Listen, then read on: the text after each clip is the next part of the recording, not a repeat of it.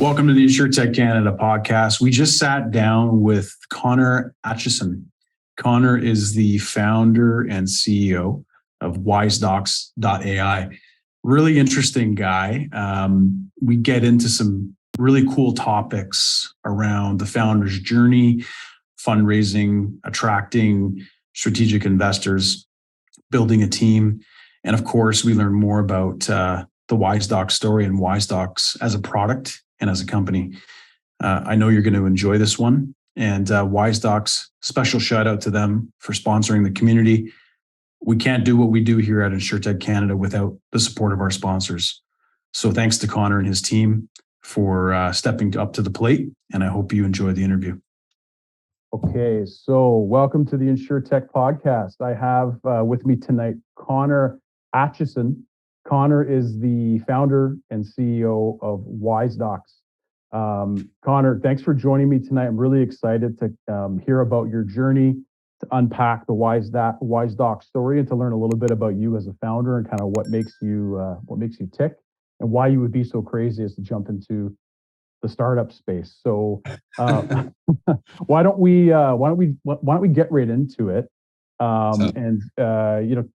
Tell us a little bit about you. Had mentioned earlier in the interview that you're talking to us today from Miami, and you're rocking your short sleeve, and I got my sweater on. There's snow outside. So what brings you to Miami, and tell us a bit about yourself and kind of what makes you tick.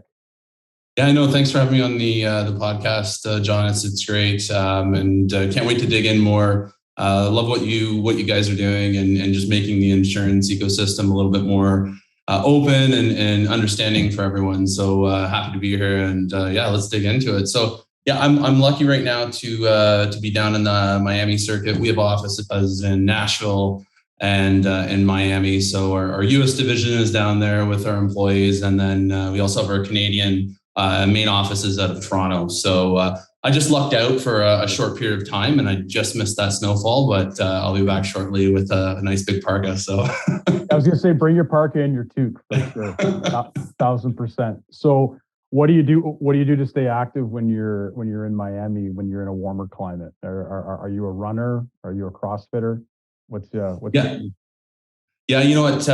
Back in the past life, I spent 12 years in the Canadian Armed Forces. So a lot of running, a lot of physical fitness. I hate running, probably because it was just instilled into me, as we would call dark stupid, sometime real early in the morning. You're always up, you're doing that run. But to stay active, it's swimming, when you have the luxury, but just the gym, right? Just walking, any kind of way that you can just get that small window to break up the day, recharge the mind, get all the good endorphins and serotonin going. And I think that goes a long way to focus on the work.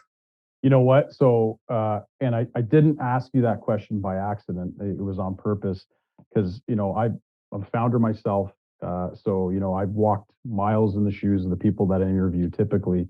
And, you run into a lot of, especially in the tech space, these, overambitious founders. And I think we have to be a little bit overly ambitious and a little bit delusional and extremely driven. But you can also run yourself thin. And, Elon Musk is someone that I admire, but, I don't necessarily agree with all of his philosophies. And, one of the things he talks about is, putting in 18-hour days. And, if you kind of look at that guy's daily routine, I think he sleeps maybe 3-4 hours. And I see a lot of founders running at that pace. And it's like the tank is on empty and there's nothing they do for their mental or physical health. And it's all about launching the company and, building scale and getting that first customer. And all those things are important. And speed is important. Agility is important. But especially as a founder, when so much rides on you, especially when you're building that founding team, you got to take care of home, right? And I've seen a lot of guys and gals burn out because they just get too consumed in the work. And I don't know about you, but I perform better. I think more clearly. I make better decisions. I'm less emotional. I'm a little more rational when I take care of those things. So I'm glad you shared that because I think it's important. I think us founders can learn from each other. I think it's often overlooked more so than most people think, because again, you have to show up for your team, yourself, your investors, your stakeholders, your clients. And if you're only going at 50% of the time, you're doing a disservice. So it's so easy to say, well, I'll just do that one extra hour. But simple things is like take 10 minutes, refresh the mind, take 20 minutes, go for a walk. You're going to come back to the situation with a clean mind, a clean purview, and maybe a way of looking at a problem that you just couldn't solve at that time because you're so inundated. So your day is not going to fall over because you took a 20-minute break to rethink, let that unconscious mind come through and find a better solution. Yeah, amen. And thanks for sharing that. And I know founders that get really creative with it. Some will do team breathwork sessions, and it's just part of their culture, or walking meetings or outdoor meetings. And I think COVID kind of forced us down the path to kind of break out of those traditional norms and integrate new and different things into our daily routines. I just do want to give a quick shout out to all the veterans, across the world. We're just kind of closing off Memorial Day Veterans Day and Remembrance Day over here in Canada. And, wanted to recognize that 12 years of service.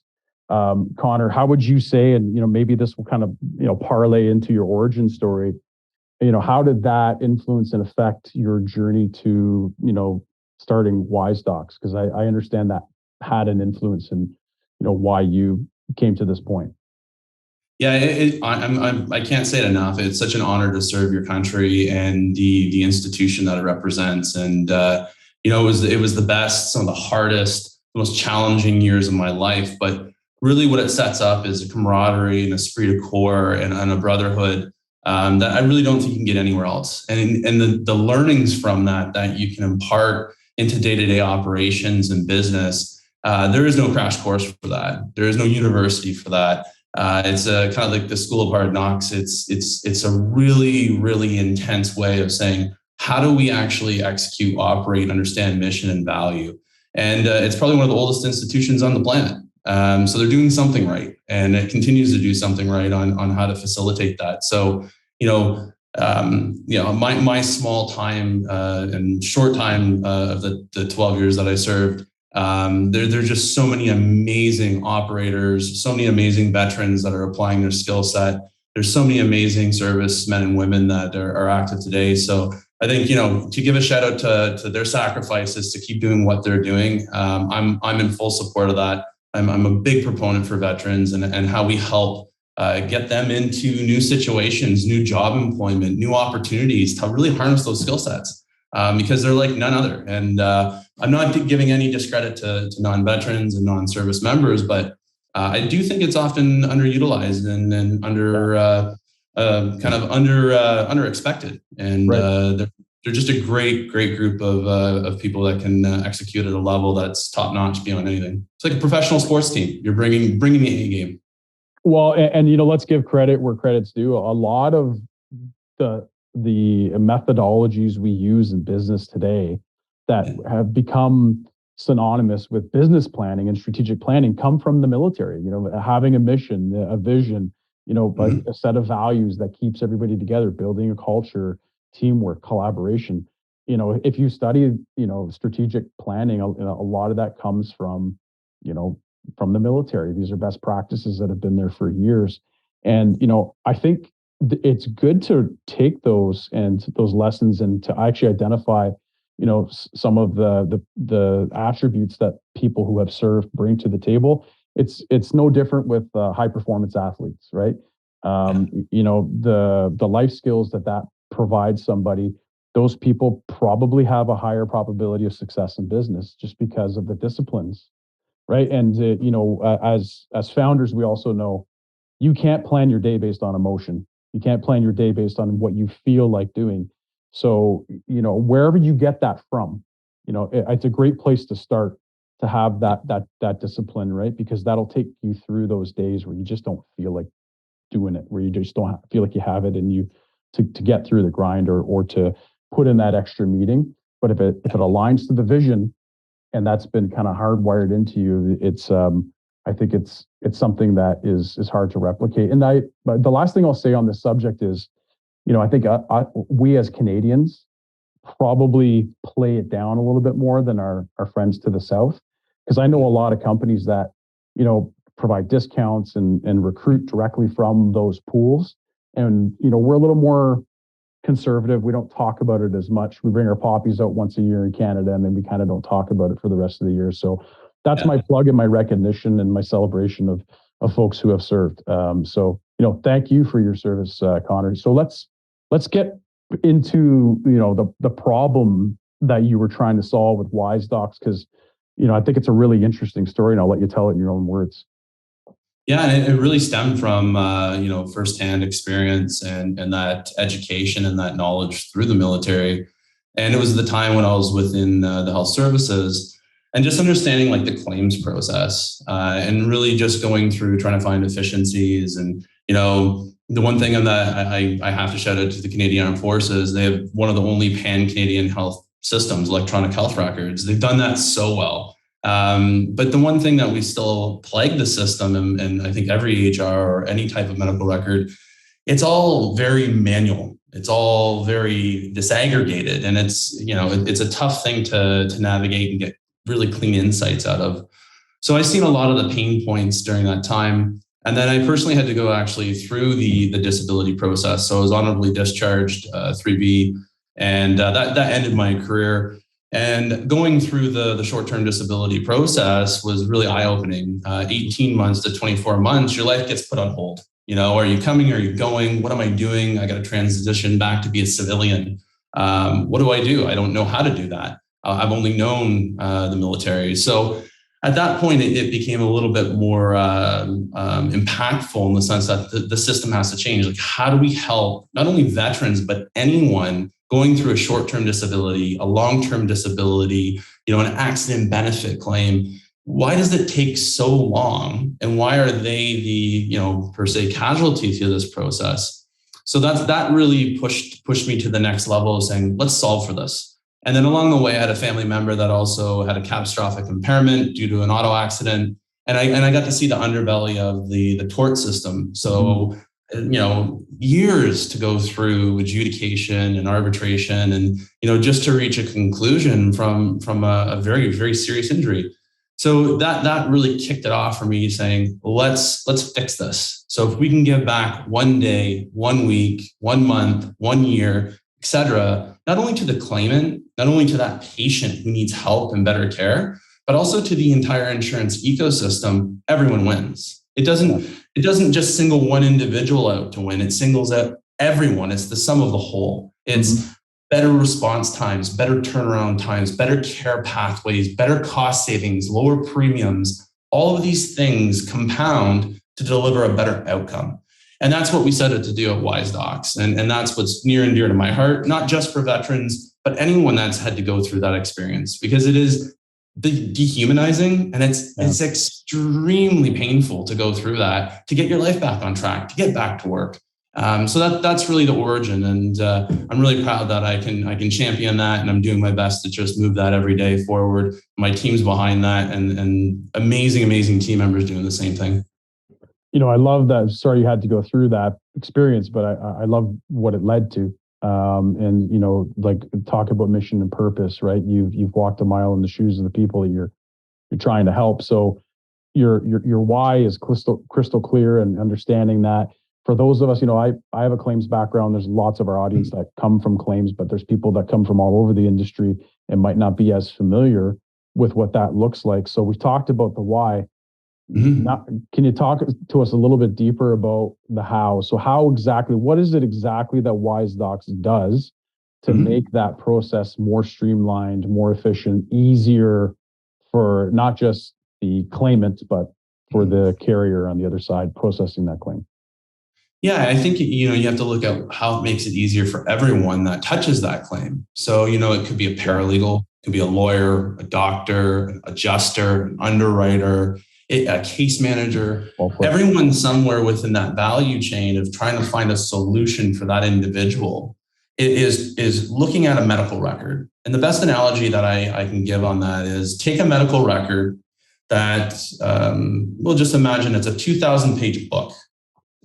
You take that book, you rip the spine off the back of the book, Mhm. you throw it up in the air, mess it up, move it all around, put it back together, and tell me in chronological order, in perfect order, what the book looks like, what's the story, and what your opinion is on that. But here's the catch. There's no page numbers.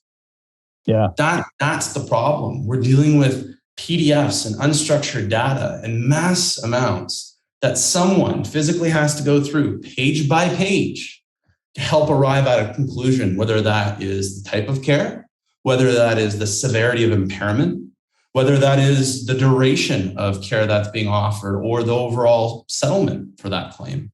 Right. So it's a really complex process, and it's not, as I say, sexy or flashy. And I think that's why it's been often ignored. But what our system does is it allows that individual to take that 2,000-page disaggregated mess of medical information, put it back together in minutes, and make a really clear understanding of what they're trying to pull out to arrive at a conclusion.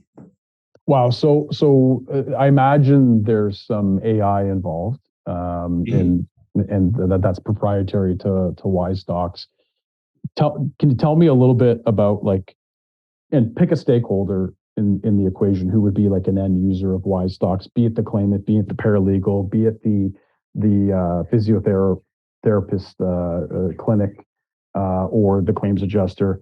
So what's a typical use case that you kind of demonstrate, at the next level now? Now we're kind of getting down to like the 2,000-foot level of how Wisedocs would apply in a real scenario. Yeah, I can use a use case for some of our clients that are third-party assessment companies. So they roster a number of clinicians. They do a great job of like organizing, triaging intake, getting the appointment so that claimant, that injured individual, can then be assessed by a specialist or a type of clinician, doctor, to really understand the scope of the injury. But in order for that doctor to actually review that 2,000-page medical record in a timely way and in an effective way, it's got to be put together so that they can understand it, that when they're sitting there in front of that patient saying, what is your range of motion? Do you have an MTBI, minor traumatic brain injury? Are we assessing different skills? That allows them to do their job so much faster to arrive at a better conclusion or diagnosis. So our system allows that organization to help that doctor and in turn help that claimant. That's a great example. I'd like, a few things are jumping into my head that my process excellence add-on now is I see a massive reduction in errors, in over processing, in also throughput on like the clinician side of things, because they're seeing so many clients per day, and sometimes they're back to back to back. And so how much time is there to actually review and ingest the information so that you can prescribe the proper treatment plan? So I see a ton of efficiencies there. Are you guys, do you guys have like a set of KPIs, like measures of success that you use, that are like your core 3 to 5 things that you measure as far as like, this is our claim to fame? I would say value to the supply or to the value chain. Sorry. Yeah, no, sorry to cut you off. But no, the real value is that it's the time saving. It's, and it's the higher value allocation of work. So, I've gone through claims and it's hateful work. You're sitting there and you're page by page and you're like, wow, this really sucks. Yeah. But it has to be done. If I can reduce, 80% of my day to do the same amount of work, and now I can reallocate that time to higher value, better tasks that can support the organization and that claimant, that's a win. Why are we doing in a digital age manual labor around paper or digital documents? It's absolutely insane. So really, it's taking that process and cutting down the time spent by 80%. It's taking that process and eliminating 30 to 50% of errors and omissions. It's taking that process and it's taking over half to 3/4 of that entire document that's duplicated work. So when you start synthesizing that, it really adds value to anyone within that ecosystem on how they want to look at that information. Very cool. So as a follow-up to that, who are you targeting specifically, and how do you get that product to market? Is it through carriers, and then carriers distribute that through their supply chain, or is it through other channel partners? It's all of the above. It's really, there's carriers that will look at it and use it for various aspects, like say you have disability. You'll have third-party assessment companies. You're going to have IMEs. You're going to have individual doctors. You have lawyers, law firms, your paralegals, even your occupational and voc rehab. How are we putting this record together quicker? So it's really anyone that has to touch that medical record that is just tired of going through it in a very cumbersome way. That's really the market pull. And I think in the early days where you're alluding to is like, how do you get this out there? That market push, that's hard. But when you actually can develop a product that can configure to all of these stakeholders, it's really quickly that they see the value in that pull. Like, I can use this specifically for my business line or specifically for my use case. And that's what we pride ourselves on. It's allowing us not a off the shelf, one thing fits all. It's taking into account that every business is a little different and every outcome is a little different, every need's a little different, because no medical record is the same. And no patient has the same problem. Yeah, and going from push to pull, now you're talking process efficiency, workflow optimization, and a lot of companies manage their entire business that way. Toyota is one of them. Walmart is another example. Pull inventory versus push. But from a market dynamic standpoint, you create value in a market, you're going to create that pull, and there's a demand, there's a need. I think one of the things that we can help you achieve through this podcast is to create that awareness that Wisedocs is out there. So let's shift to like the stage of the company. So where is Wisedocs, getting, maybe you can walk us through for some of the founders in the audience who like to watch the show and hear about the journey of other founders. Talk about the stage of the company that you're at, and what did it take to get your first customer, and what market would you say you penetrated more deeply, US versus Canada, or maybe South America? I'll let you kind of walk us through what that's been like, and maybe some tidbits of wisdom throughout, if you can pull those out. Yeah. So like really the company is been on an amazing journey. I think for the first few years as a first-time founder, you kind of dabble around and ideate, and then you try to validate, and you try to figure things out. There's a problem. And you'll go through ups and downs, ebbs and flows, but you do have to actually take a line in the sand and draw that and say, okay, what is the why, as you clearly picked out? What is the vision, and how are we going to do that and execute against it? And I think it's really easy for founders, especially in the earliest stages, to look at every hypothetical as an option. That'll kill your business. You can't do everything all the time, every time. And you really have to have that conviction and that focus on what it is that you're trying to solve for and execute against it. And then building a really solid team around it, and solid investors, solid mentors. And you got to look at it from a founder's perspective, at least how I've had to navigate through it. Right out of the gate, you can pick up all kinds of great ideas, all kinds of different people that are interested in the business. But when you cement key roles with very tactile but strategic abilities to execute in those roles, and of course multipliers and how they actually can do that and contribute to the business, couple that from an executive team to a board that has a ton of knowledge, an absolute ton of support that helps you not step on the landmines that you would normally step on. And then the mentors around you that have come before you and done it.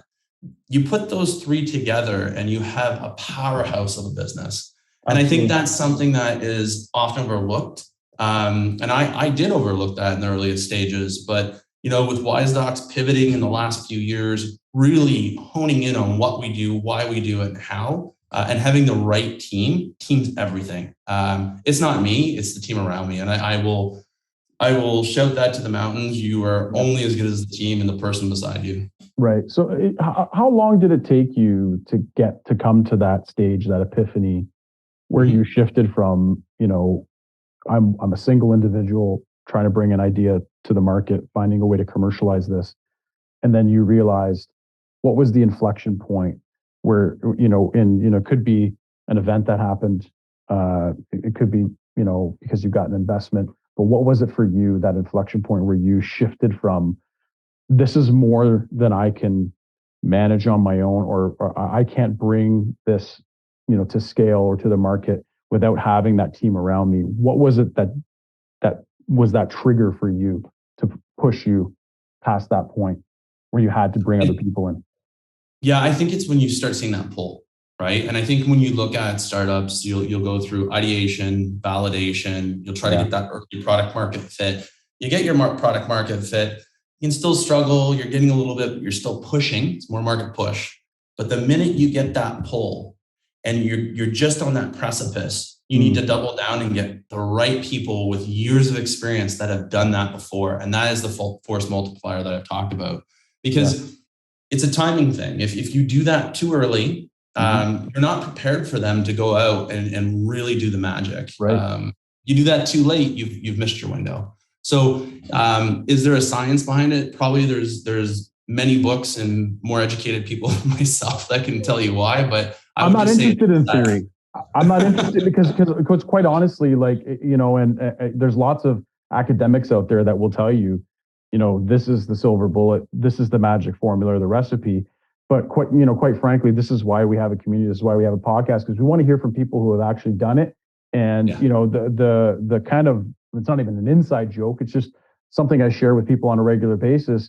I did my MBA back in my corporate days, but I feel like I did my real MBA the moment I launched my first company. And, all the theory and, it's not like I didn't take anything away from the education. I'm a big proponent of continuous learning, but there's something about doing it yourself and actually going through the pain.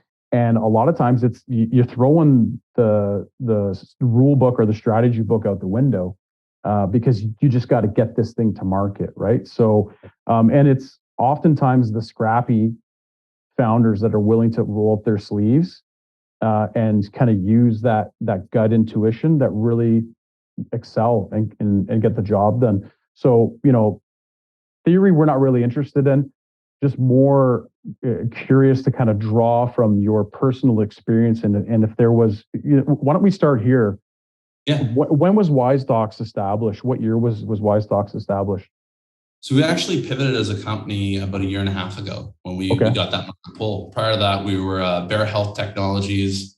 It was really difficult to get any kind of sales. We didn't really have a product flushed out. There's a lot of if. It was just your typical startup trying to figure it out. Had some great early clients that worked with us. This is the juicy stuff. This is what we're after here. Sorry, keep going.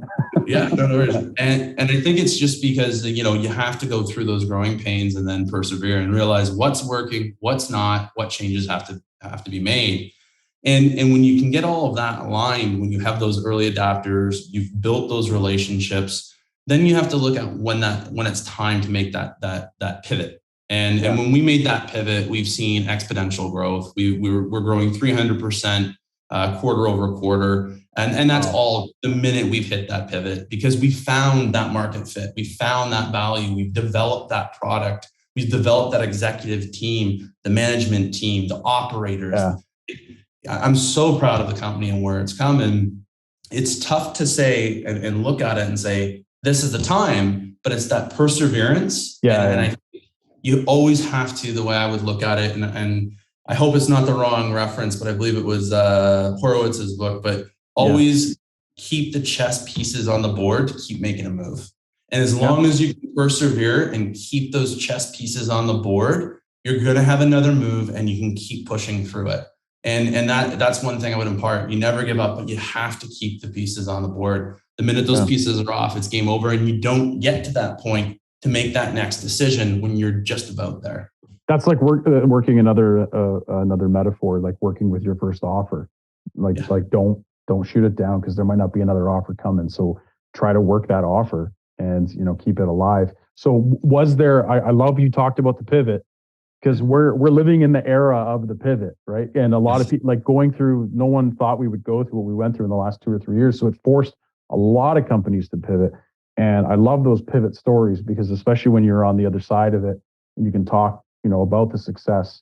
of the pivot, and some people are still trying to figure out what that was. But was there something that forced you to pivot? You talked about, I think you said from going from a product to a company, or you talked about traction, but I don't want to put words in your mouth. Was there something that forced you guys to pivot, or in particular? Yeah, it's really that traction. It's your sales machine. If you do not have a sales machine, first and foremost, you don't understand how to sell something, and you can't get that feedback from clients on what they want, you're building something for no one. So again, that sales team is critical, and product-centric growth around that client need, solving their actual pain point, not what I assume, not what my team assumes. What are they actually asking for?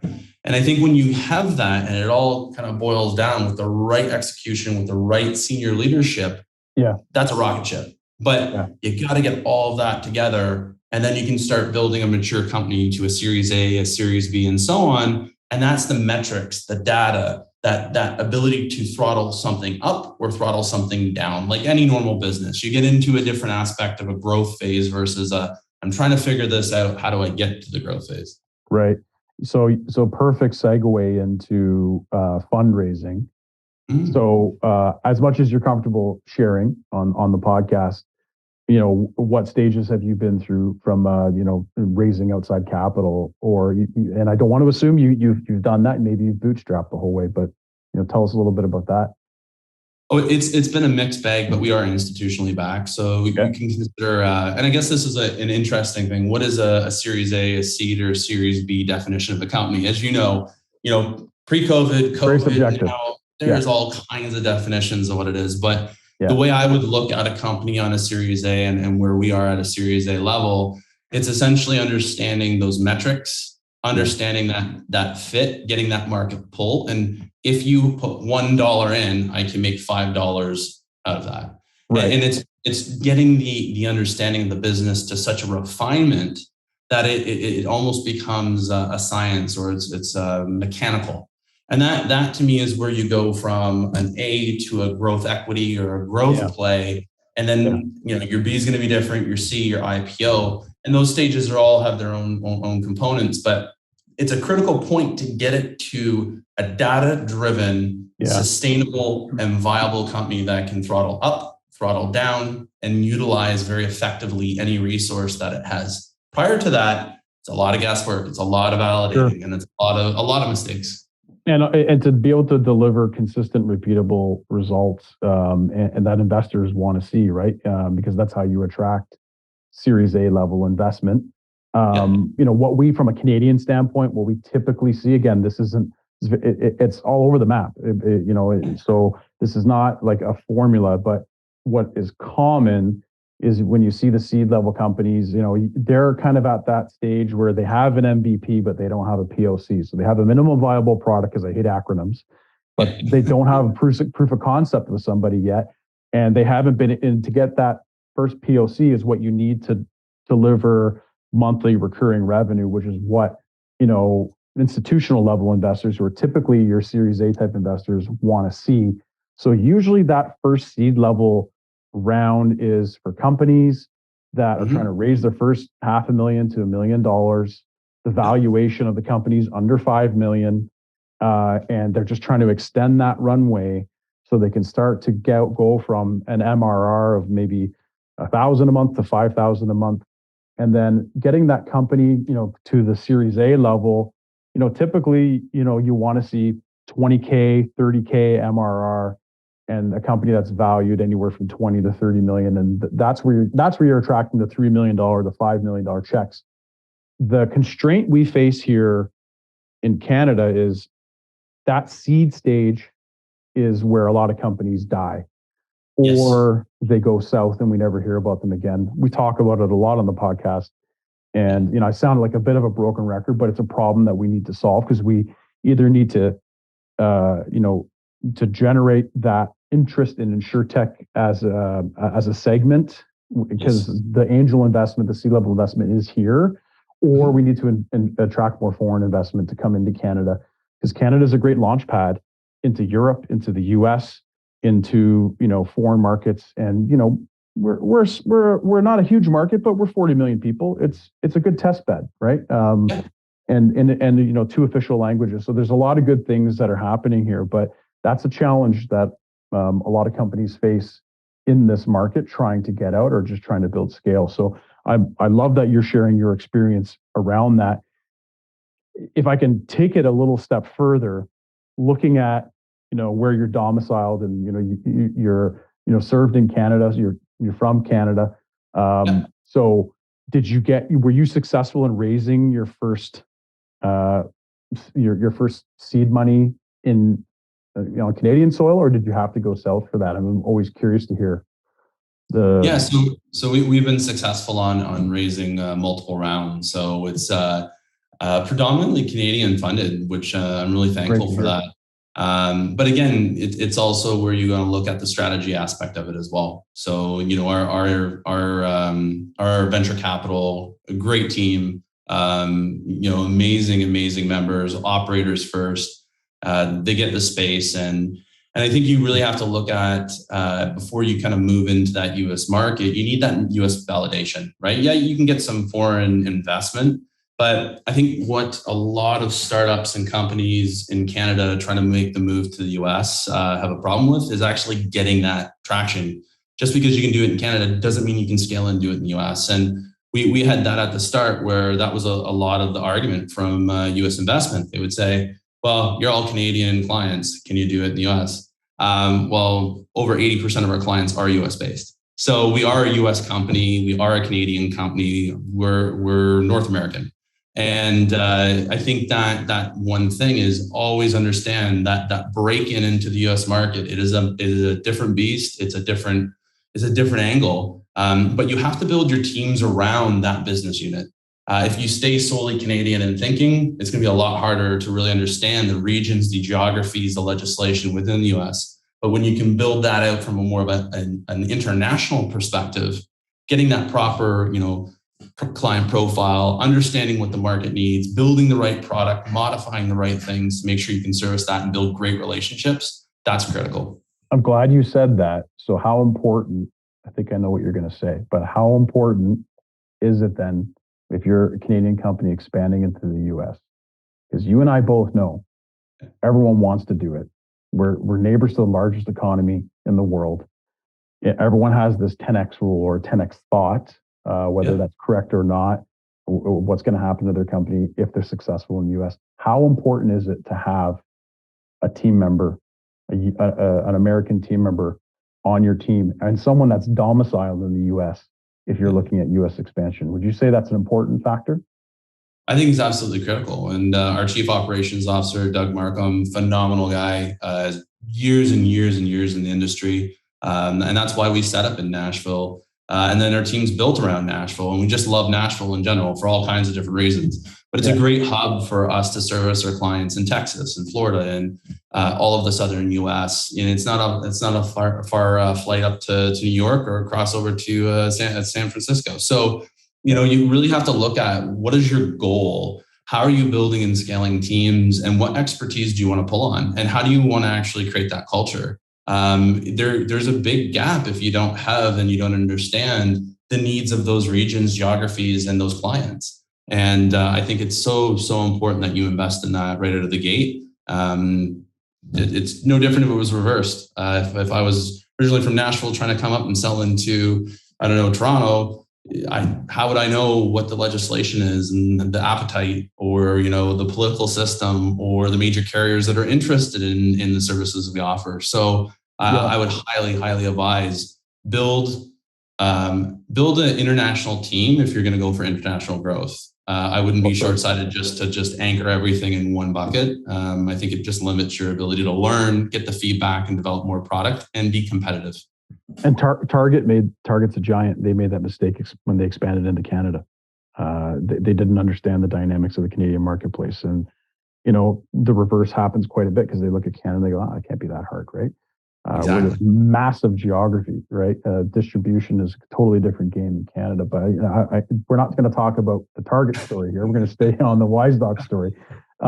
So, did you feel like, because I think this part of the conversation is super interesting, especially for our audience. Did you ever feel like you were at a disadvantage when you were trying to synthesize the value prop of Wisedocs when you were going into the US and trying to attract that US talent that you need to be successful as an international company?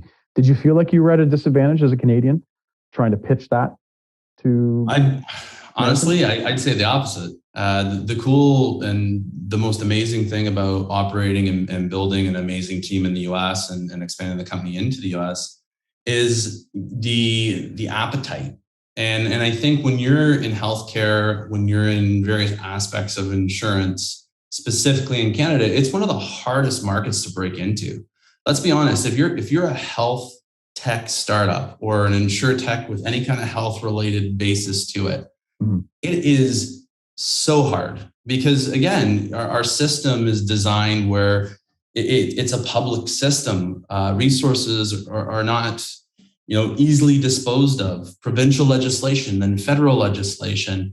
There's a lot of things to cross a chasm to get any kind of traction. And then when you're dealing from enterprise levels, there's a lot of layers for those RFPs, RFIs, your CSAs, MSAs, the list goes on.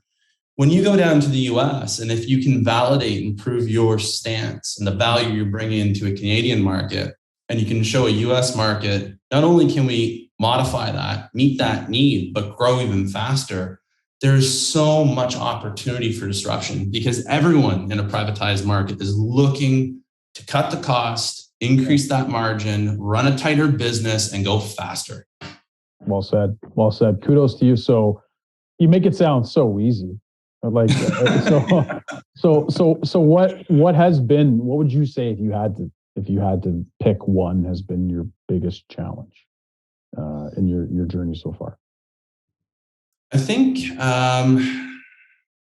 that's a really good question. Like I think every day you're always fighting some type of challenge. That's just the way it works. But I think it's just really keeping that culture and keeping that team as you grow. And I've found it, you go 5 people, 13 people, 30, 40, 50 people, you keep going and you expand by region, by geography, by country. Yeah. It's really, and now more so in this remote world in which we work and live, it's hard to make sure that, those values and that culture is so, ingrained. Because when I started the company, I really took a lot of that military ethos, that camaraderie, and I wanted to have a place that gave me purpose to work. And every day I worked, I got up, I maybe didn't put on a uniform, but I put on that suit or the Wisedocs tee. And it was, this is what I believe in. These are the people that I believe in. I believe in the mission. And, that's easy to pull together and be strong when you work in the office together, you're 10, 20 people. It's a hard thing to scale that. And I think it's every founder's duty if you really want to run a great place to work, get the best talent, have some great diversity, great opinion, and really bring an A game of a very robust organization that can take it to the next level. That's your goal. It's your people. And I think that's the hardest thing. It's the landscape shifted. I was talking to a colleague today, actually, and he was reading an article that under 30 somethings will actually look at having 8 careers over their life. Wow. It's a different environment. 8 careers, not jobs, careers. Yeah, not 8 employers, 8 distinct careers. Isn't that something? It is. And I don't know the paraphrase and the reference, but I just found that in a passing conversation phenomenal. And I think that's what organizations now are going to start finding is that leakage and that talent where it's always moving. And our way of thinking about keeping culture, growing and growing a business, that'll be a big challenge. Yeah, it's exciting and challenging at the same time because the exciting part is that means you're going to have fresh thinking ideas coming into the company all the time and people with different perspectives. Like that's the cool part. But from a stability standpoint, and sustainability, and not the buzz sustainability that everybody talks about. I'm talking about like real sustainability, like sustaining company culture. You're absolutely right. That's going to be challenging, and giving people challenging, thoughtful, meaningful work that maybe outweighs the temptation to go chase another career. Maybe there's another place for you in the organization where we can help help you fulfill that need. And that's another thing to think about as you grow and scale, right? So really, really, really cool conversation around some unexpected turns and twists that we took. And I thank you for going down that road with me. I wrote down something else that you said just on the around investors. You said a lot of your investors are operators first. And I don't want to put words in your mouth, but I talked to a lot of our community members and my clients in the startup space about securing that first outside money to come in and help grow and scale your company. You can just get money from anyone, and there are angels out there that will take a big nice chunk of your company and be very impatient if they don't understand the problem you're solving and they don't have the background and experience. Yeah. But it sounds to me like you've attracted a certain type of investor who really understands the problem you're solving and understands, maybe from experience, what it's like to operate in the industry. Has that been a playbook for you guys to try to attract that type of investor? Yeah, and I think it works in a mutual setting, right? You got to look for those investors that are operators first in those early stages and to get you through to the next hurdle. And every way you go from each stage, if you're growing an asset, you're doubling or tripling that asset value year over year or every 2 years, you need to make sure that you're not just taking a check, but you're actually looking at how can that strategic individual help propel my business and how can I help them? And I really think that's where it comes down to. And you can't also fall into the shortfall of when you're a first-time founder in the early days. Hey, I'm going to grow this company. I'm going to exit it for like it's something on a movie, right? No, when you take that check, you buy in to a long-term relationship. And that relationship, 7, 10, 12 years, whatever that cycle is. So you really have to not only invest in that person, but invest in that relationship. And I've been very thankful that I've had that through the duration of my institutional funding. And you can look it up: Ripple Ventures, Green Sky Ventures, Matt Cohen, amazing guy, amazing operator. They've built companies, they've sold companies. Same with the Green Sky team; they've built companies, sold companies. So you got to really look at where and how you want to take that check, but also what kind of relationships do you want to build with people. I think the average founder misses that.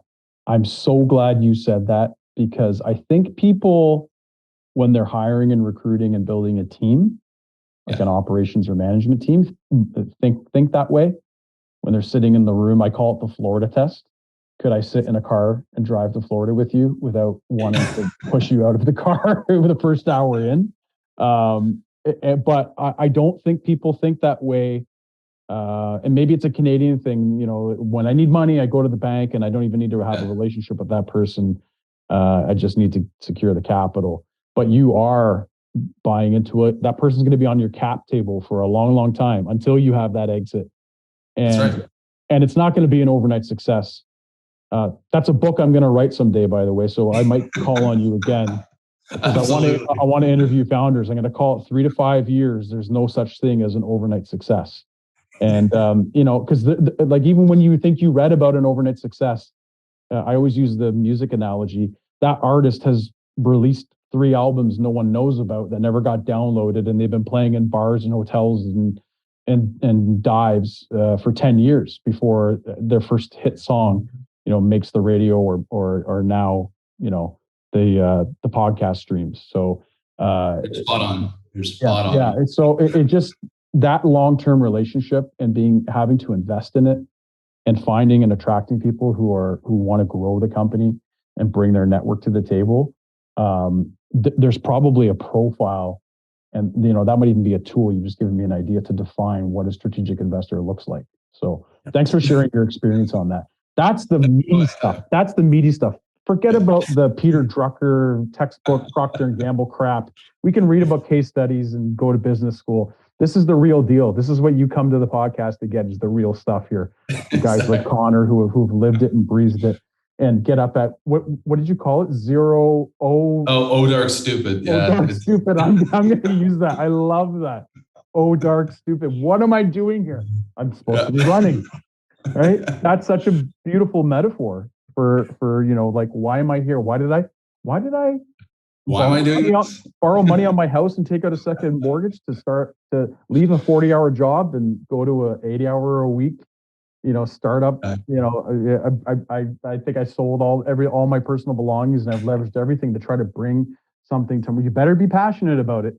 You better be passionate about it. So I can feel that passion from you. So closing thoughts.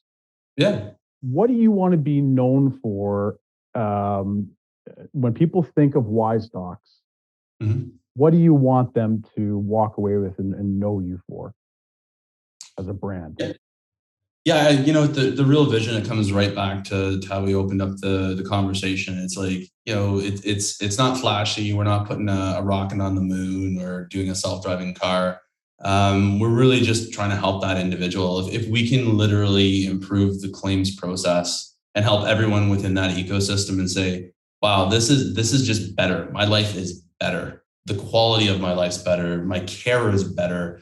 Like, I'm a person, and if we can give that back, and I said incrementally, even if it's a day, a week, a year, that's a great thing to be remembered by and known for. It's nothing grandiose, but it's amazing on the impacts that you can have on people's lives and how that can impact the next person and so on. So I really think it's just like I said on our conversation, it's people first. It's your team, it's your investors, and it's your clients, and it's also the people that you're trying to help through this whole process, and then the culture that our clients and everyone else is trying to do the same thing for. So if we can keep people first, make it patient-centric, and really try to help the system, then we're all doing something really amazing. And to use a technology that we have to help do that, win-win. Awesome. So if people want to learn more about Wisedocs, where will they find you? What's the best way to get a hold of you guys? Yeah, so you can reach out directly to our through our website, so www.wisedocs.ai. You can reach me on my LinkedIn, search me Connor Atchison. You'll see my probably almost the same picture pop up. So that's me. You can always reach out there. And it's one of those two mediums, and we're always around. Happy to take any kind of inquiries or calls or just any interest in what we're doing.